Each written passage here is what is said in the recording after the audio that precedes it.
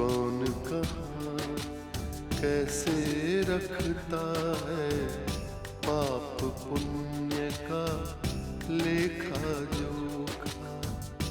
कौन कहाँ कैसे रखता है पाप पुण्य का लेखा जोखा।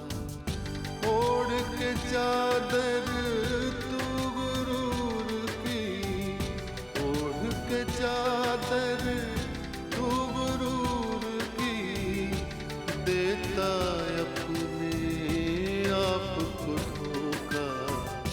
कौन कहाँ कौन कहाँ कौन कहाँ कौन कहाँ। I am sorry Krishna ji, आज के बाद मैं कभी ऑफिस जाने की कोई बात नहीं करूंगी। अब तुम शांत हो जाइए। हाँ हेलो मीरा। के साहब, आज आपकी मीरा ने एक ऐसा ऑडिशन दिया है जो आज तक किसी आर्टिस्ट ने नहीं दिया होगा। यहाँ एक तूफान आया था जिसे मीरा ने शांत कर दिया है। ये संपूर्ण आई हुई आत्माओं का एक साथ आगमन ये पृथ्वीलोक पर बढ़ते हुए पापों को स्पष्ट करता है। धरती पे कई ऐसे लोग भी हैं जो पाप करने वालों पर अपनी नजर रखते हैं, और इस बात का एहसास उन्हें मैं दिलाऊंगा सर। मैं हिडन विजन पर केस कर दूंगी। अरे सुपरस्टार हूँ मैं, सुपरस्टार। करोड़ों फैंस है मेरे, मास का पावर है मेरे पीछे। मैं इन दोनों को तबाह कर दूंगी।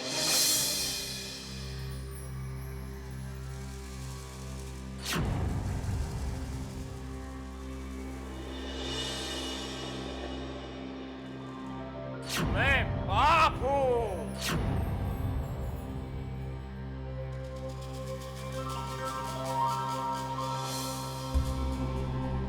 मैं धर्मराज ये घोषणा करता हूँ कि समस्त आत्माओं को कठोर से कठोर दंड दिया जाए और सभी आत्माएं नरक द्वार की ओर प्रस्थान करें।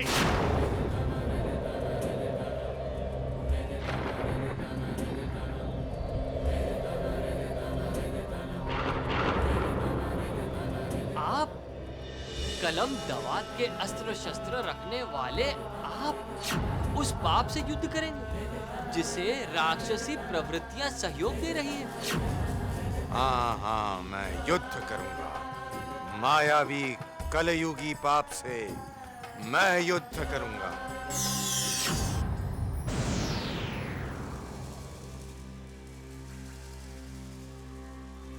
मैं जानता था चित्रगुप्त जी, आपको विश्राम नहीं, आपका चिंतन, आपका मनन पृथ्वी लोक पर बढ़ता हुआ पाप है। नहीं धर्मराज जी, सिर्फ बढ़ता हुआ पाप नहीं। युगों बीत गए चित्रगुप्त, मैंने पहले कभी आपको इतना उत्तेजित और चिंतित नहीं देखा। आप जानना चाहते हैं धर्मराज जी कि मैं इतना चिंतित क्यों हूँ? आपसे पूर्व सृष्टि के निर्माता स्वयं यहाँ पधारे थे। ब्रह्मा जी और यहाँ? जी हाँ, और पृथ्वीलोक का भ्रमण बीच में ही छोड़कर नारद जी भी यहाँ पर आए। क्यों चित्रगुप्त? धर्मराज जी, आप जानना चाहते हैं कि मेरी चिंता क्या है, मेरी व्यथा क्या है? आइए।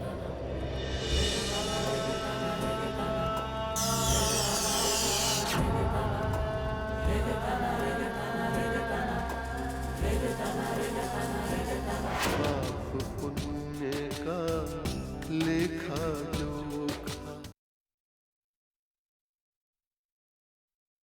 पाप पुण्य का लेखा जोखा।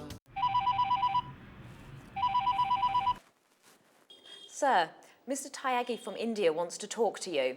Okay, line दो। Okay, sir. Good morning mister Prem. Good morning, कहिए कैसे याद किया आपने? आपने जो हमें फैक्स भिजवाया है उसके मुताबिक आप 6 अप्रैल को हिंदुस्तान आ रहे हैं। ओह या, एक्चुअली 6 अप्रैल को मेरे कज़न का बर्थडे है और मेरी कुछ बिजनेस की डील भी अधूरी पड़ी है इंडिया में, तो 6 अप्रैल को मेरा इंडिया आना बहुत ज़रूरी है। You are most welcome mister Prem. हमने आपकी सुरक्षा के पूरे इंतजाम कर दिए हैं। एयरपोर्ट पे पहुंचते ही हमारी पुलिस आपको अपनी सुरक्षा में ले लेगी। हमारे कुछ खास कमांडोज आपके साथ हर वक्त रहेंगे। Thank you very much mister Tyagi. हम उम्मीद करते हैं मिस्टर प्रेम कि आप हमारी पुलिस और हमारे कमांडोज के साथ पूरा सहयोग देंगे ताकि हम अपनी जिम्मेदारी सही तरीके से निभा सकें। मिस्टर त्यागी, मुझे आपसे कोई शिकायत नहीं होगी, लेकिन मैं आपसे एक रिक्वेस्ट ज़रूर करूंगा कि पुलिस प्रोटेक्शन और पुलिस के कमांडोज के बीच मेरी पर्सनल लाइफ डिस्टर्ब ना हो। डोंट वरी, इस बात के लिए हम अपने कमांडोज को खास इंस्ट्रक्शंस दे देंगे। आपको किसी भी तरह की कोई भी परेशानी नहीं आएगी। Thank you very much mister Tyagi. You are welcome. Welcome to India mister Prem. Bye.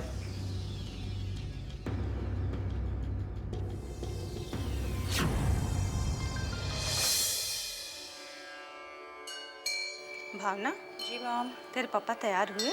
हाँ, अब तक तो तैयार हो भी गए होंगे। मॉम, जब तक वो आते हैं हम आरती शुरू करें?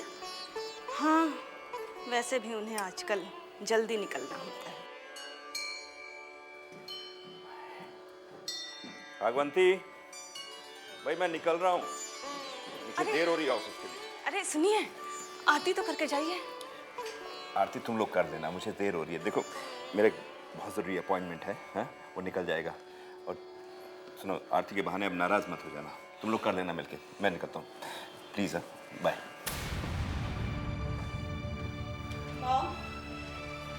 मॉम, डैड जल्दी में थे, चलिए हम दोनों आरती शुरू करते हैं। आइए आइए। हे भगवान, ये क्या होता जा रहा है इनको? आज तो इन्होंने आरती करने से भी मना कर दिया। क्षमा करना भगवान, मेरा मन इधर उधर भटक रहा है, पर मैं क्या करूं? समझ में नहीं आ रहा।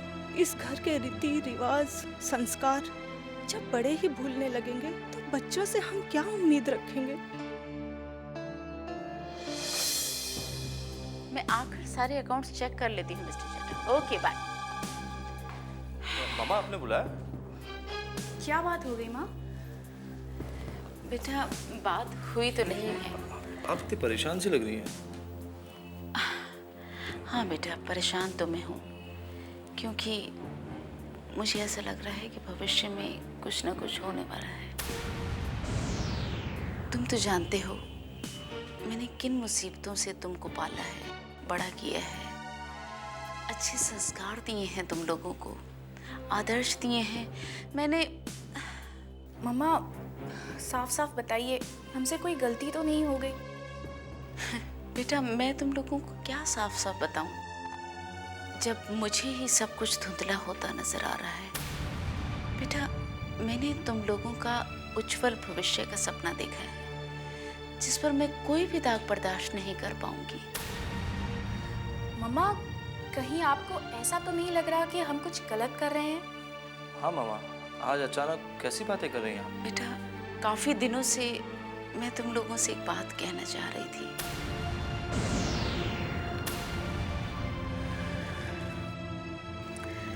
बेटा जब अपने आदर्शों के लिए मैं अपने पति को छोड़ सकती हूँ, तो ये बात याद रखना कि मैं अपने उसूलों की खातिर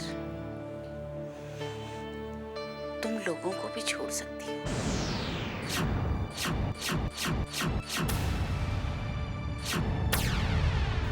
ये बात तुम लोग हमेशा याद रखना। मामा आप हमारे लिए सब कुछ है और हम आपको कभी दुख नहीं पहुंचा सकते। आप शायद ये सब इसलिए कह रही हैं क्योंकि हम पापा के कुछ करीब आ गए हैं, लेकिन मामा पापा भी तो अपने ही है ना, जैसे आप अपनी हैं। मम्मा पापा कितने ही गलत क्यों ना हो, लेकिन वो हमारा बुरा कभी नहीं चाहेंगे। वो हमें कभी गलत राह नहीं दिखा सकते मामा। भगवान करे तुम्हारे पिता के बारे में तुम दोनों के दिलों में यही गलतफहमी बनी रहे। बाकी तुम दोनों बड़े हो गए हो, समझदार हो गए हो, और मैं चाहती हूँ कि तुम दोनों मेरी इस बात को गंभीरता से लेना, समझे? चलो मुझे अभी ऑफिस के लिए लेट हो रहा है, तुम लोग जाओ। मम्मा अब इतना डांट कर बिना प्यार किए आप ऑफिस नहीं जा सकती। I love you mamma, and I mean it. मामा आपके बिना हमारा अस्तित्व नहीं है। I love you too. Love you too बेटा। पाप पुण्य का लेखा जोखा, पाप पुण्य का लेखा जोखा।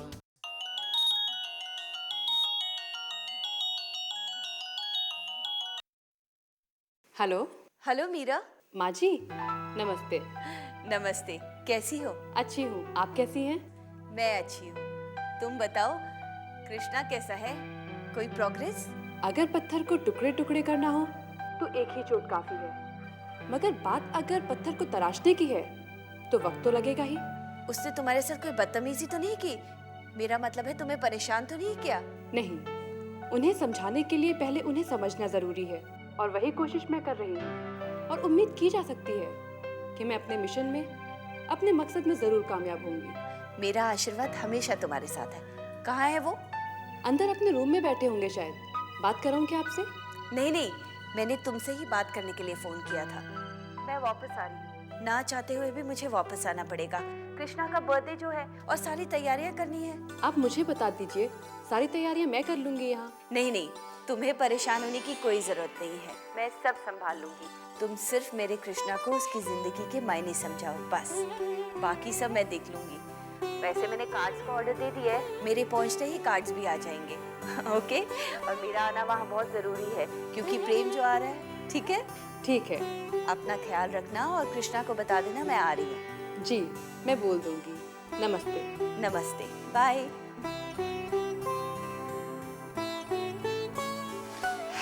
जय माता दी। सर आपने आज का हिडन विजन पढ़ा सर? क्यों, क्या खबर है इसमें? लीजिए सर, आप खुद पढ़ लीजिए। हिडन विजन, फिल्म इंडस्ट्री की पापी, रूपवती भिखारन। वाह,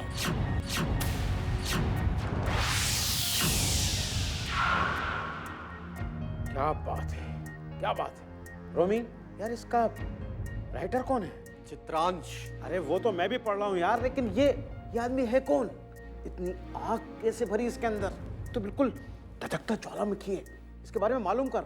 आप टेंशन मत लीजिए सर, मैं पता लगाता हूँ। रोमी जी, इस बार आप टेंशन मत लीजिए। ये हिडन विजन मेरे दोस्त आरसी का अखबार है। इस बार पता मैं लगाता हूँ। Yes sir. ओके।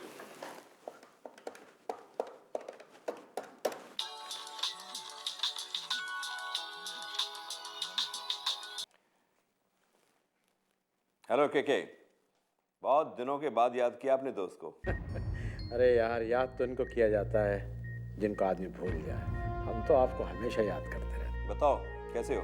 वो सब बातें बाद में दोस्त, पहले ये बताओ कि चित्रांश कौन है और उर्वशी को इतनी अच्छी तरह कैसे जानता है? मैंने भी उससे यही प्रश्न पूछा था, लेकिन कोई जवाब नहीं मिला उसकी तरफ से। लेकिन एक बात जान लो के, चित्रांश वो हीरा है जिसकी चमक अंधेरे में भटके हुए लोगों को रोशनी दिखाएगी और उसकी शार्पनेस बुराई का लहूलुहान कर देगी। और एक बात जान लो, चित्रांश की कलम आग उगलती है, आग। और हमारे अखबार को कलम के ऐसे ही निडर सिपाही की जरूरत थी। कलम का जादूगर है चित्रांश, कलम का जादूगर। बहुत दिनों के बाद किसी ने मुझे इतना इम्प्रेस किया है यार।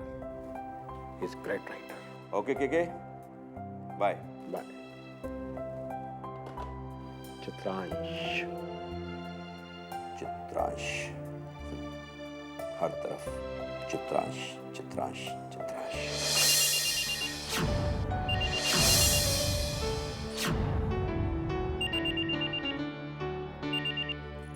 हेलो बेटा, मैं बोल रही हूँ। मम्मी, बहुत दिनों बाद इस बार फोन किया। बेटे की शादी कर दी तो उससे रिश्ता ही खत्म कर दिया। अब ये शिकवे शिकायतें बाद में करना। तेरी मम्मी की जन्म कुंडली के सितारे उथल पुथल हो रहे हैं बेटा। क्या बात है मम्मी?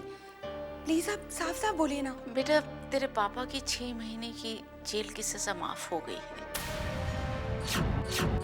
तो क्या पापा जेल से छूट गए? मम्मी प्लीज, आप संभल कर रहिएगा। और हाँ, आजकल प्राइवेट पुलिस फोर्स की एजेंसियां हैं। आप अपने लिए 2-3 बॉडीगार्ड और 2-3 सिक्योरिटी गार्ड अरेंज करवा लीजिए। और हाँ, पुलिस में FIR दर्ज करवा दीजिए कि आपकी जान को उनसे खतरा है। मम्मी प्लीज, आप किसी तरह का कोई रिस्क मत लीजिएगा। और हाँ, अपने लिए एक रिवॉल्वर अप्लाई कर दीजिए। और संदेश और सर्वेक्षणी को सब कुछ साफ साफ बता दीजिए, जो भी बातें हमने उनसे छिपाई थी अब तक। मम्मी इस तूफान को किसी भी कीमत पर रोकना है, इसे अंदर नहीं आने देना है। समझ रही है ना आप मम्मी? और आपको कोई भी प्रॉब्लम हो, किसी भी वक्त आप मुझे फोन करिए। और प्लीज मम्मी, अपना ख्याल रखिएगा। बेटा, तूफान ऑलरेडी घर में घुस चुका है।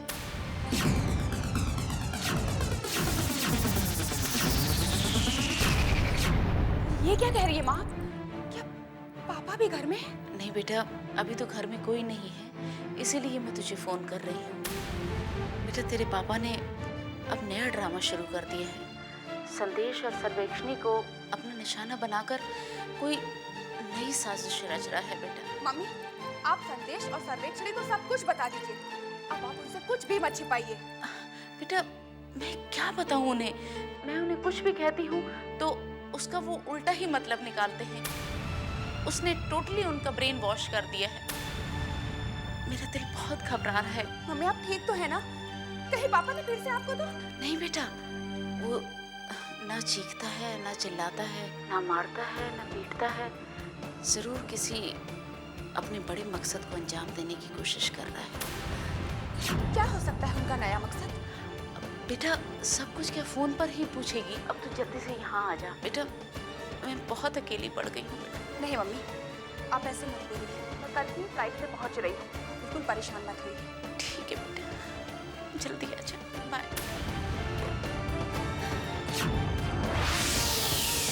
पाप पुण्य का लेखा जोखा, पाप पुण्य का लेखा जोखा। वीरू जी, आप तो कह रहे थे कि इस कॉलम में मेरे नाम को लेकर कुछ भी नहीं लिखा गया है, तो फिर ये जर्नलिस्ट मेरे बारे में उल्टा सीधा क्यों छाप रहे हैं? पहले यही जर्नलिस्ट मेरी कामयाबी की बातें छापते थे, लेकिन अब वो मेरे अतीत के बारे में क्यों जानना चाहते हैं?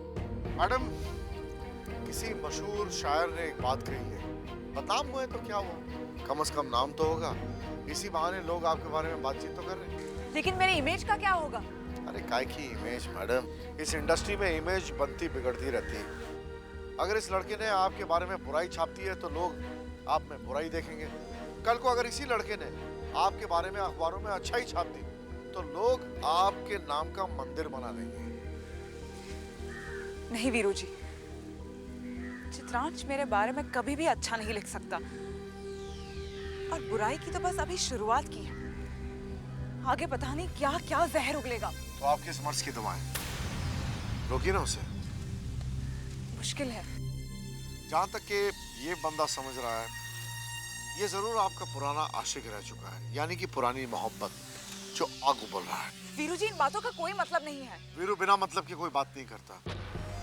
मैंने आपसे कहा था ना कि उनके गुप्त तीर का जवाब हम गुप्त तीर से देंगे, और हमारा जवाब होगा ये चित्रांश।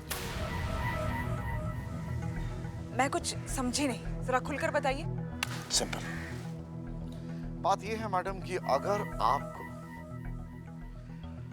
आरसी को रोकना है और चित्रांश के कलम को भी रोकना चाहती है तो आपको इस लड़के को शीशे में उतारना होगा। पुराना आशिक रह चुका है, रूठा है आपसे, आपको इससे मनाना होगा। आपको इसे अपनी मोहब्बत की जाल में फंसाना होगा। वो मेरी बेवकूफी थी। I don't have any feelings for him anymore. कमाल की बात करती हैं आप मैडम, इतनी बड़ी एक्ट्रेस हैं आप, एक रोमांटिक किरदार नहीं निभा सकती आप, और वो भी अपने करियर के लिए।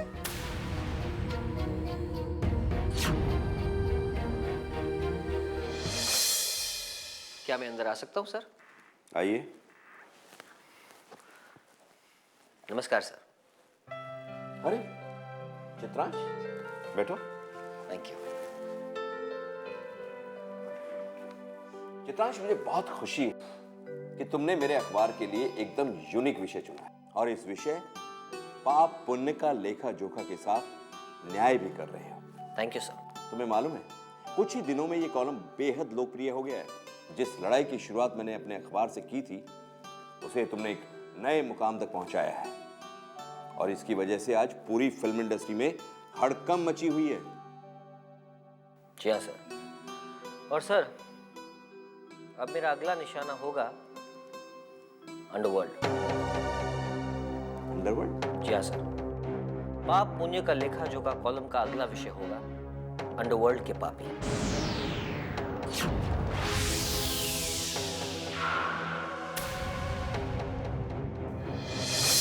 हर इंसान का अक्स वहाँ पर, हर इंसान का कच्चा चिट्ठा, हर इंसान का कच्चा चिट्ठा, हाजिरी सबकी लगती एक दिन, एक पल में ही फैसला होता, कौन कहाँ कौन